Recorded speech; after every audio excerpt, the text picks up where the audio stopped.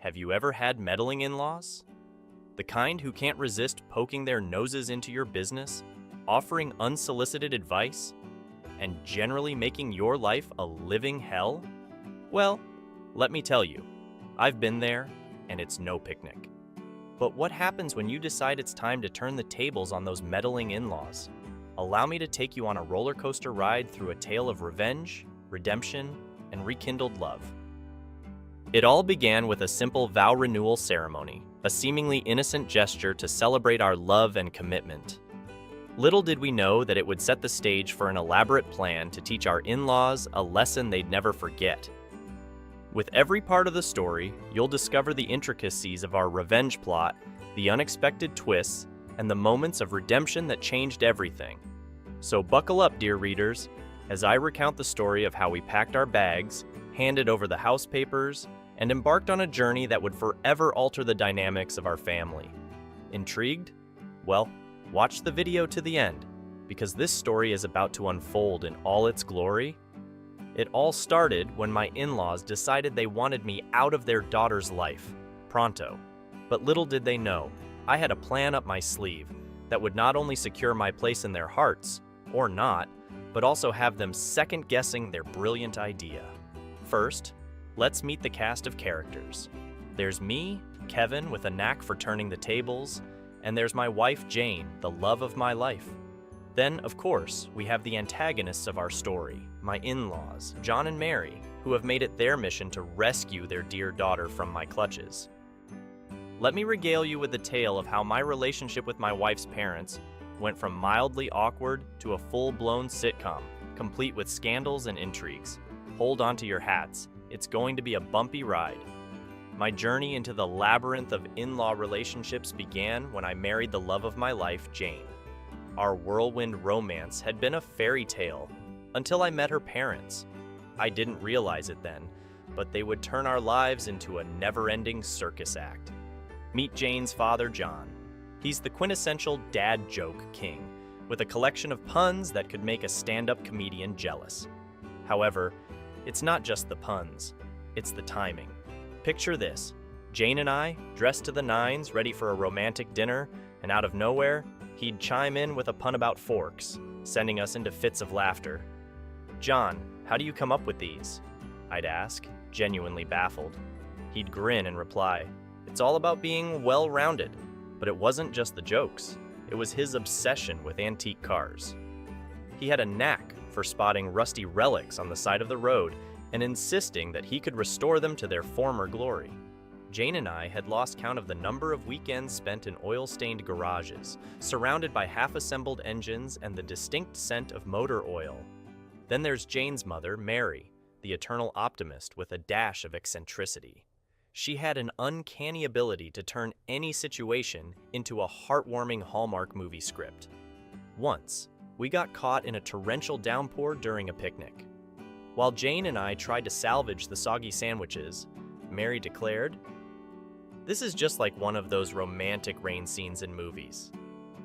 "Mary," I said, holding a dripping PB&J, "I think they have umbrellas in those scenes." But the piece de resistance was her obsession with knitting. She was convinced that knitting could solve all of life's problems. Stubbed your toe? Knit a cozy for it. Lost your keys? Knit a keychain.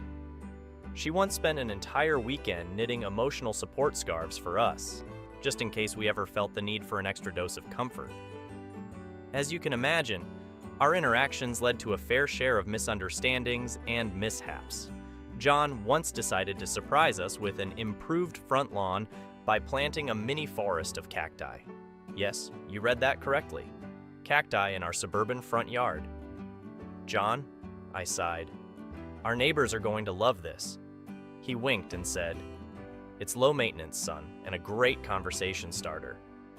Mary, on the other hand, was convinced that I had a hidden talent for knitting. So, she roped me into attending a knitting class with her. Picture me, surrounded by grandmas knitting sweaters for their cats, desperately trying to make sense of knitting needles and yarn. It was an experience, to say the least. Our relationship with the in-laws became increasingly strained. Every visit felt like an expedition into the unknown. John insisted on helping with household chores, which typically ended with him vacuuming the curtains and Jane and me trying to suppress our laughter. Mary, on the other hand, saw our home as a blank canvas for her crafting experiments, with glitter and glue making their way into every crevice. But the real trouble started when they decided that our love life needed a boost.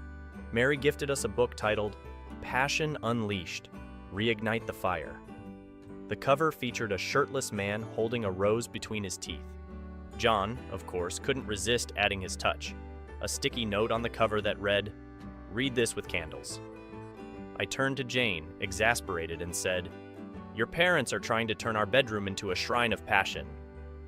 Our home had become a battleground of quirks and eccentricities. But little did we know that the climax of this sitcom was yet to come. One fateful evening, we returned home to find our living room transformed into what can only be described as a psychedelic knitting paradise. There were neon yarns hanging from the ceiling, hand-knit cushions strewn everywhere, and, in the center of it all, Mary sat with a giant ball of multicolored yarn. "Surprise!" she exclaimed. "I call it the Knitplosion." I blinked, unable to comprehend the chaos. Jane, my partner in navigating this absurdity, whispered, "We need to do something before they turn our lives into a reality show." And so, we devised a cunning plan. We invited them over for a family meeting, where we gently explained that, while we loved their quirks, it was time for some boundaries.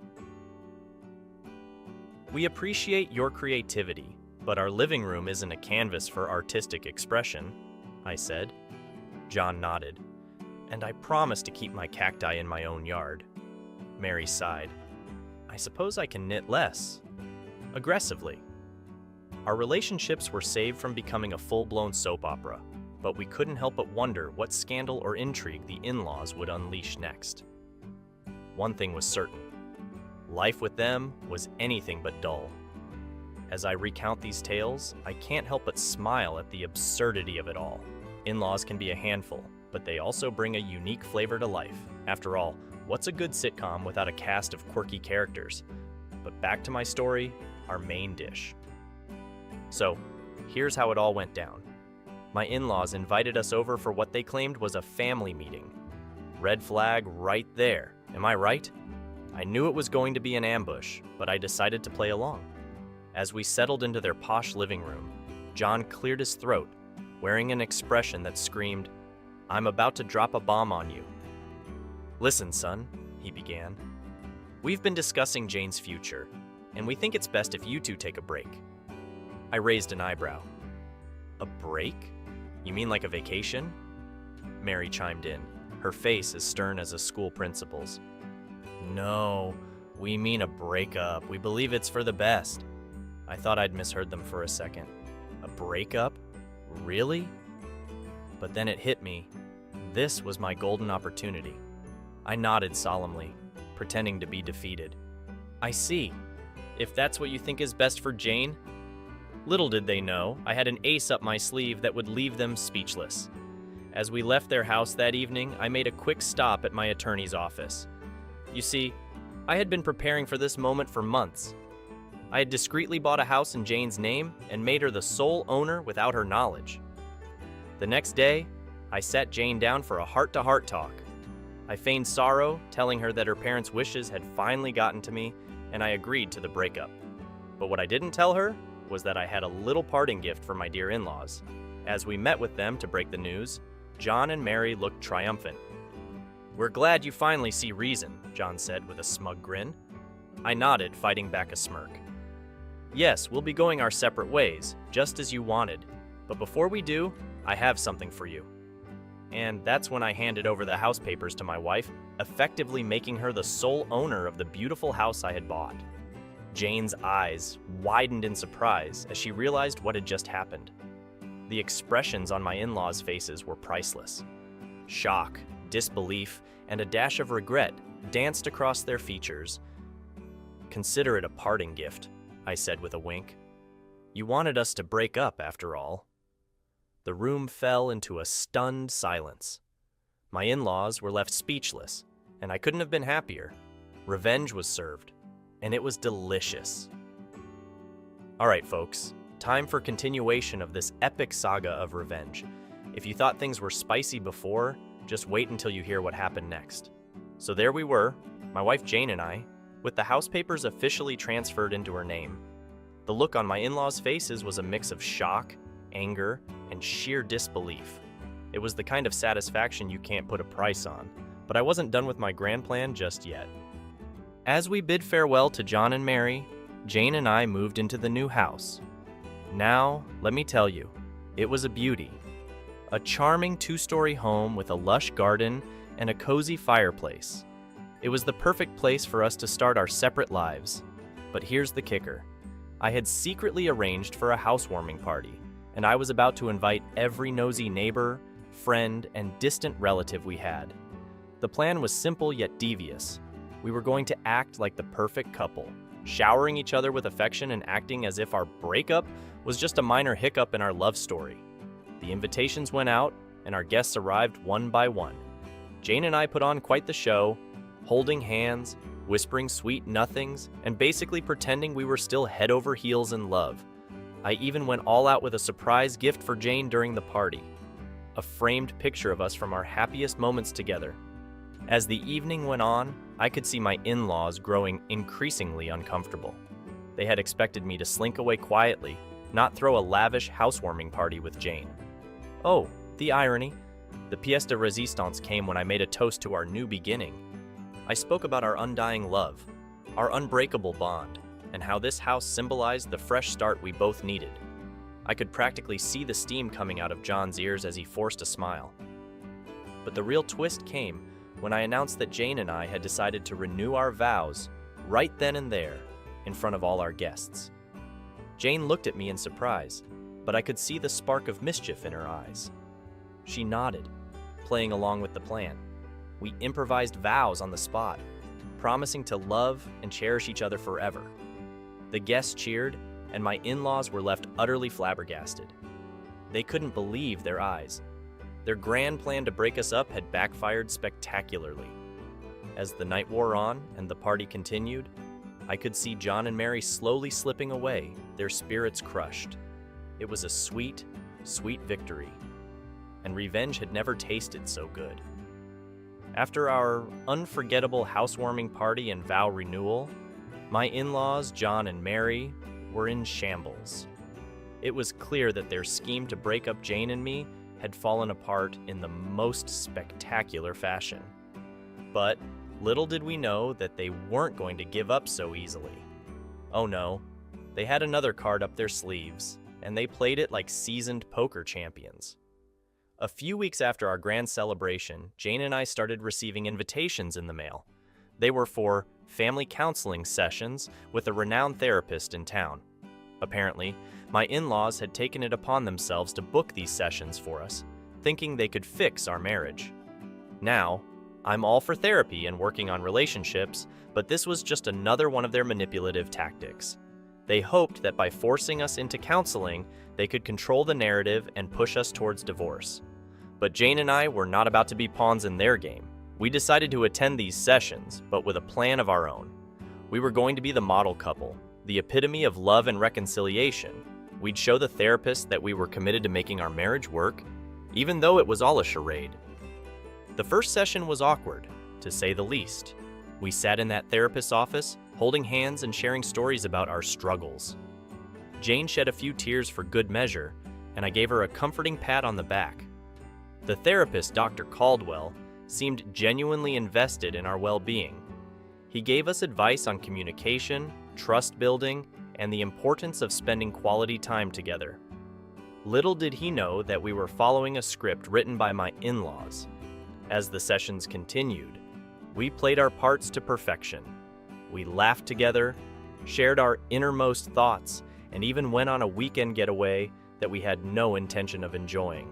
Our acting skills were top-notch, and Dr. Caldwell was eating it up. But then came the bombshell. During one particularly emotional session, Jane tearfully confessed that she had been having an affair. She looked at me with remorse in her eyes, and I put on a show of shock and heartbreak. The therapist was taken aback, and my in-laws must have thought they had finally won.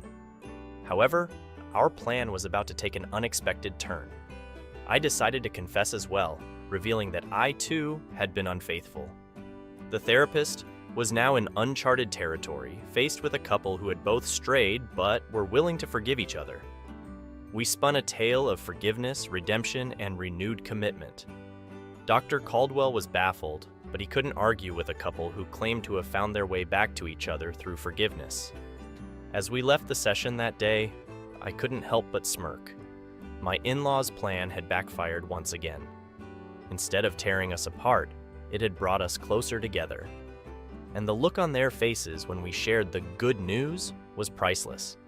After our bombshell confessions at the therapy session, Jane and I continued our charade of reconciliation. We played the roles of a couple on the path to forgiveness and healing. Dr. Caldwell, our unwitting therapist, had no idea that we were manipulating the situation to our advantage. Our plan was simple yet diabolical.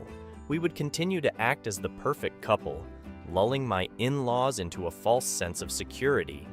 They must have thought they had won, that their meddling had finally pushed us over the edge. But we had a few tricks up our sleeves. We began dropping hints about a surprise we had in store for them, something that would prove our commitment to each other and silence their doubts once and for all. Curiosity got the better of them, and they couldn't resist asking about our mysterious surprise. With exaggerated enthusiasm, we told them that we were renewing our wedding vows, and we wanted them to be there to witness our recommitment to each other. Their expressions were priceless, a mixture of shock, guilt, and confusion. They had expected us to crumble under the weight of their interference, not come back stronger than ever, but they had no choice but to accept our invitation to the vow renewal ceremony. We spared no expense in planning the event. It was a lavish affair, held in a picturesque garden with flowers, music, and a guest list that included our closest friends and family. My in-laws had no idea what they were walking into. As we stood before our loved ones, Jane and I exchanged heartfelt vows, pledging our love, trust, and loyalty to each other. We spoke of forgiveness and the strength we had found in each other's arms. It was a performance worthy of an Oscar. But the pièce de résistance was yet to come. After we exchanged rings, we made a surprise announcement. We revealed that we had decided to sell our house, the very house my in-laws had pressured us to leave. Their expressions shifted from confusion to shock as we explained that we were using the proceeds to embark on a year-long adventure together, traveling the world. We had turned the tables on them once and for all. The house they had tried to take from us was now funding our dream journey, and they were left speechless. As the ceremony concluded, my in-laws approached us, their faces pale. They tried to speak, but the words escaped them. It was the sweet taste of victory. However, the importunity of my meddling in-laws has not gone away, so I had to go the ingenious move that ensured they would never interfere in our lives again. After our extravagant vow renewal ceremony, my in-laws were a wreck. They had witnessed our love and commitment firsthand, and they knew they couldn't meddle in our lives any longer without facing severe consequences. But we couldn't rely solely on their newfound guilt. The day after the ceremony, Jane and I presented them with a surprise gift, an all-expenses-paid vacation to a remote cabin in the woods. We explained that it was our way of thanking them for their support and understanding during our challenging times. They were initially hesitant, suspicious of our motives, but we insisted it was a genuine gesture of gratitude. We assured them that we had put the past behind us and were ready to move forward with a clean slate. They reluctantly accepted the gift and embarked on their getaway, leaving us with an empty house to prepare for our year-long adventure. Little did they know that this cabin was strategically chosen. It was hours away from any cellular reception or internet access, effectively cutting them off from the outside world. As they settled into their isolated retreat, we sent occasional messages, asking if they were enjoying their vacation and assuring them that we were having a fantastic time planning our travels. Their replies grew less frequent as they immersed themselves in the peaceful surroundings, blissfully unaware of our ultimate plan. A week into their vacation, we received a message from them, admitting that they had realized the error of their ways and regretted their past interference. They confessed that they were now committed to giving us the space and privacy we deserved. It was the moment we had been waiting for. We replied with warmth and forgiveness, telling them that we appreciated their honesty and were willing to move past the past, just as we had promised during our vow renewal. They were overjoyed by our response and expressed their eagerness to make amends. And then, we dropped the bombshell. We explained that our year-long adventure was, in fact, a solo journey, just Jane and me. We told them that it was an opportunity for us to strengthen our bond and reconnect without any external distractions. Their shock was palpable through their messages. They couldn't believe that we had excluded them from our plans after everything they had done. But we reminded them of their newfound commitment to respecting our boundaries and assured them that we would return to them after our journey. As days turned into weeks, my in-laws remained isolated in their cabin, stewing in their realization that they had been outsmarted. We, on the other hand, embarked on the adventure of a lifetime, traveling the world, strengthening our relationship, and creating unforgettable memories. By the time we returned, my in-laws had undergone a transformation. They had reflected on their actions and genuinely changed for the better. They welcomed us home with open arms, ready to rebuild our relationship on a foundation of respect and understanding. And so, dear friends, we conclude our revenge tale with a twist of redemption. My in-laws learned the hard way that meddling in others' lives comes with consequences, but they also learned the value of respecting boundaries and cherishing the bonds of family. As for Jane and me, we emerged from this ordeal stronger than ever, with a newfound appreciation for the power of love, forgiveness, and a well-executed revenge plan. We hope our story serves as a lesson to all those who dare to meddle. Sometimes the tables can turn in the most unexpected and satisfying ways. Thank you for joining us on this wild journey, and may your own lives be free of meddling in-laws and filled with love and adventure.